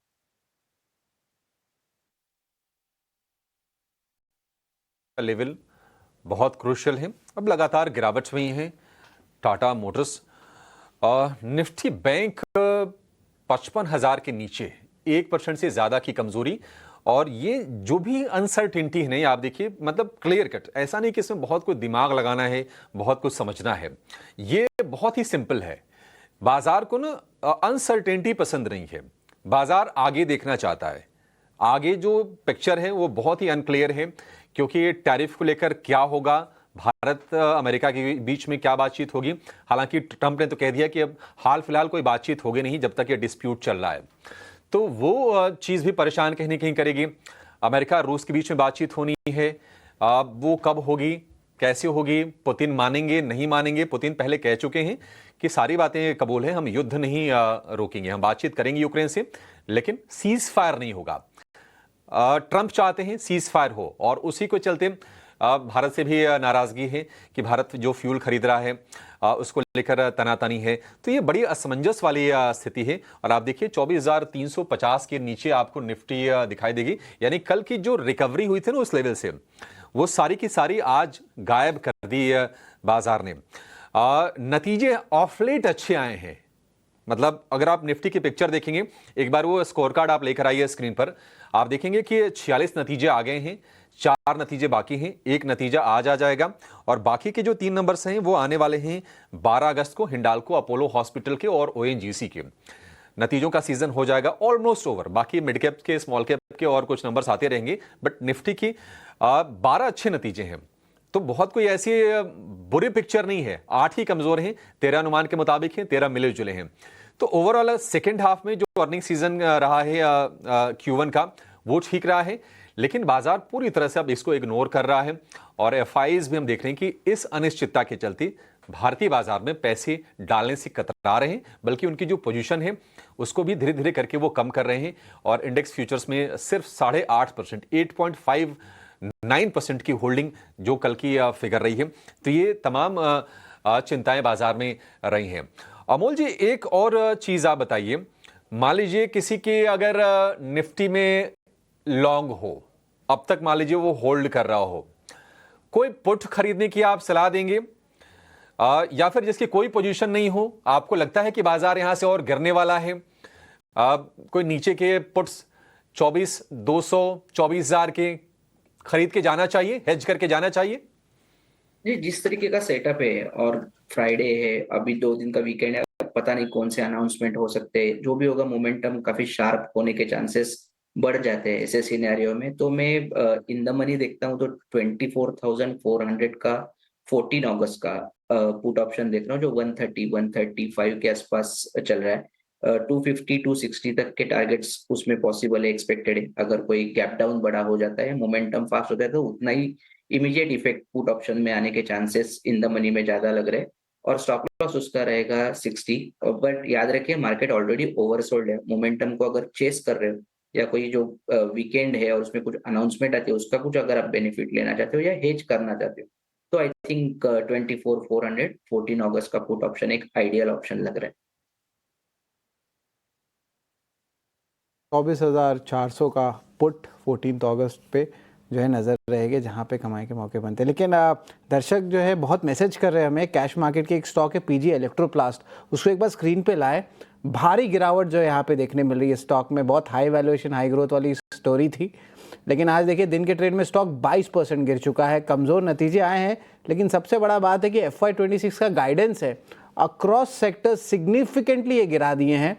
तो ऑफ कोर्स जो है देखिए कितना भारी गिरावट आ रहा है। स्टॉक अभी 22% गिरा हुआ है।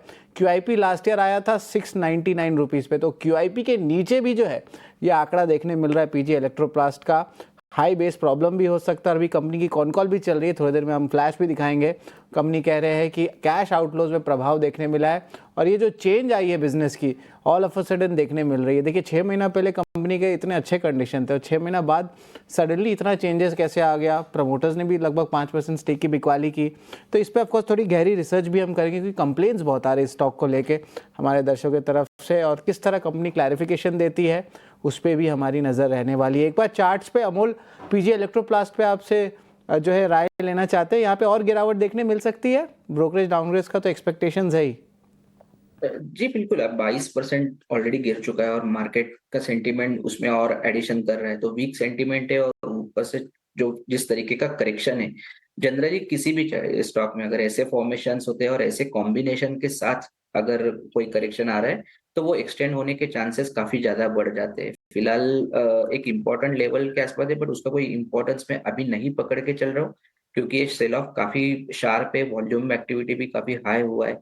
तो आई थिंक ऐसे कंडीशंस में आई थिंक 1 या 2 दिन और ये करेक्शन चलने के चांसेस काफी ब्राइट लग रहे हैं। अगर टेक्निकल बाउंस बैक भी आता है तो भी अभी फिलहाल उसको इग्नोर ही करना पड़ेगा। एक बार ये वोलेटिलिटी सेटल डाउन हो जाएगी फिर ही कोई डायरेक्शनल या कोई रिवर्सल का मूव पॉसिबल होता है क्या वो देखना पड़ेगा। फिलहाल वीक है और वीक ही टेक्सचर रहने के चांसेस ज्यादा लग रहे हैं। वीकनेस अगले 2 सेशन में जो है पीजी इलेक्ट्रोप्लास्ट में देखने मिल सकती है।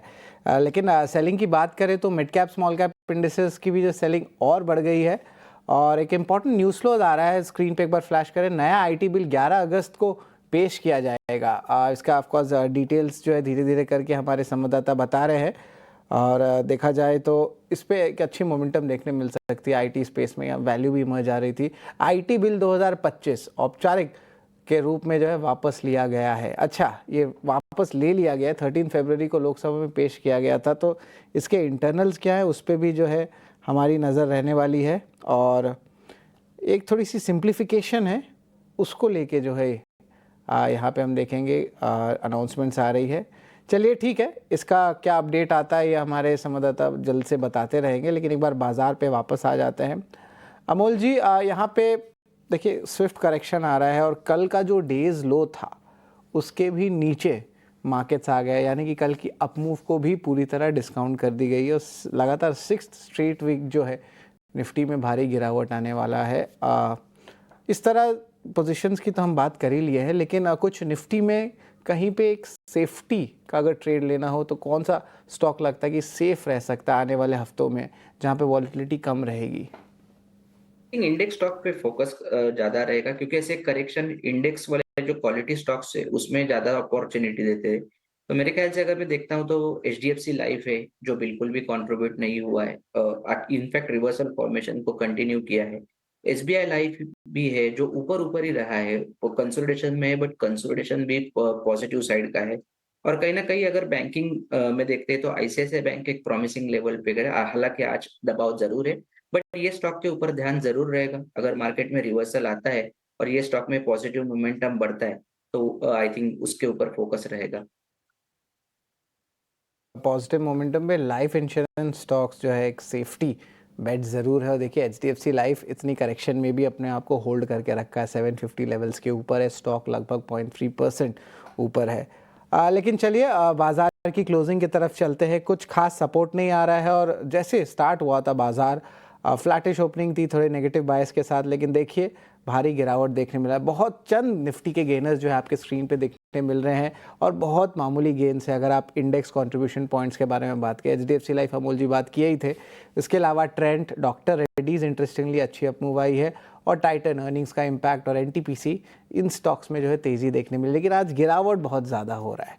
निफ्टी लूजर्स को एक बार स्क्रीन पर लाते हैं, देखते हैं कि यहाँ पर भारी गिरावट कौन से काउंटर्स में देखने मिल रहा है। और हैवी वेट्स है उनमें जो है सेलिंग प्रेशर तो दिख ही रहा है और अगर इस लिस्ट पर हम शामिल करें निफ्टी लूजर्स की तो यहाँ पे इंक्लूड जो है करने वाले हैं स्टॉक्स जैसे कि आपके भारतीय एयरटेल, एक ब्लॉक डील हुई थी, स्टॉक लगभग 3% गिरा है। IndusInd bank, Adani enterprise, Shriram finance, Tata Motors थोड़ी देर में नतीजे भी आएंगे। डायरेक्टर साहब निफ्टी लूजर्स को एक बार फायर करें और देखेंगे कि भारी गिरावट जो है यहाँ पे देखने मिल रहा है। M&M, कोटक महिंद्रा, हिंडाल्को, ग्रासिम, ये सारे स्टॉक्स 2% में जो है भारी गिरावट देखने मिल रही है। सेक्टरल ये अगर हम बात करें तो सारे सेक्टर्स में जो है लाल निशान में ट्रेड हो रहा है। थोड़ी देर पहले मीडिया एकमात्र सेक्टर था जो हरे निशान में था, लेकिन वो भी अपने गेंस गिव अप कर दिया, यानी कि डेज लो पे आपके बेंचमार्क इंडेसेस, आपके ब्रॉडर इंडेसेस बंद होने वाले हैं और ये जो सेंटिमेंट है थोड़ा वीक ज़रूर रहेगा, जिस तरह ग्लोबल क्यूज़ की अनिश्चितता जो है हमें देखने मिल रही है। बाज़ार की जो है क्लोजिंग हो चुकी है और बहुत इंपॉर्टेंट लेवल्स में जो है ब्रेक आया है। निफ्टी की भी बात करें तो 24,350 लेवल्स पे आ गया है। निफ्टी बैंक देखें तो 54,900 लेवल्स पे आया है। यहाँ पे भी जो है गिरावट देखने मिली है। निफ्टी में लगभग 251% की गिरावट देखने मिली, माने रेंज बढ़ गया गिरावट का। एक रेंज बाउंड मूव होता था तो इस पर भी नज़र जो है हमारी रहेगी। निफ्टी बैंक भी 1% से ज़्यादा ऑलमोस्ट 600 पॉइंट का ओवरऑल गिरावट देखने मिल रहा है। लेकिन चलिए इतना ही रहेगा आज के शो पे। अमोल जी धन्यवाद, आप हमारे साथ जुड़े और अहम कॉल्स बताए और कहाँ पे कमाई के मौके बनते हैं, भले इंडेक्स हो या स्टॉक्स हो, उस पर आपने रणनीति शेयर की।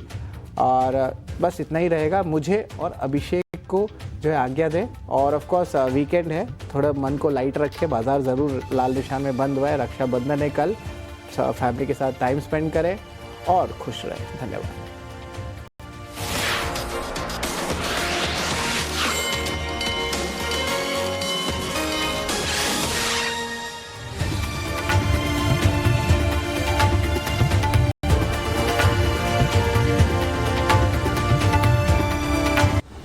In association with SBI, best है सबको पता है। क्या आपको पता है आपकी कमाई आपको कमाकर भी दे सकती है। नया घर खरीदना हो, नई गाड़ी खरीदनी हो, बच्चों की पढ़ाई लिखाई या खुद का रिटायरमेंट, सारे फाइनेंशियल गोल्स की प्लानिंग कैसे करें। मैं कविता थपलियाल, मेरा मकसद है आपको एक समझदार और जागरूक निवेशक बनाना और मैं यहाँ हूँ आपका साथ देने के लिए। तो मिलते हैं ET Now स्वदेश पर। सर इन्हें क्रिप्टो करके लाइफ सेट करनी है पर कॉन्फिडेंस नहीं है। कॉन्फिडेंस चाहिए? हाँ सर।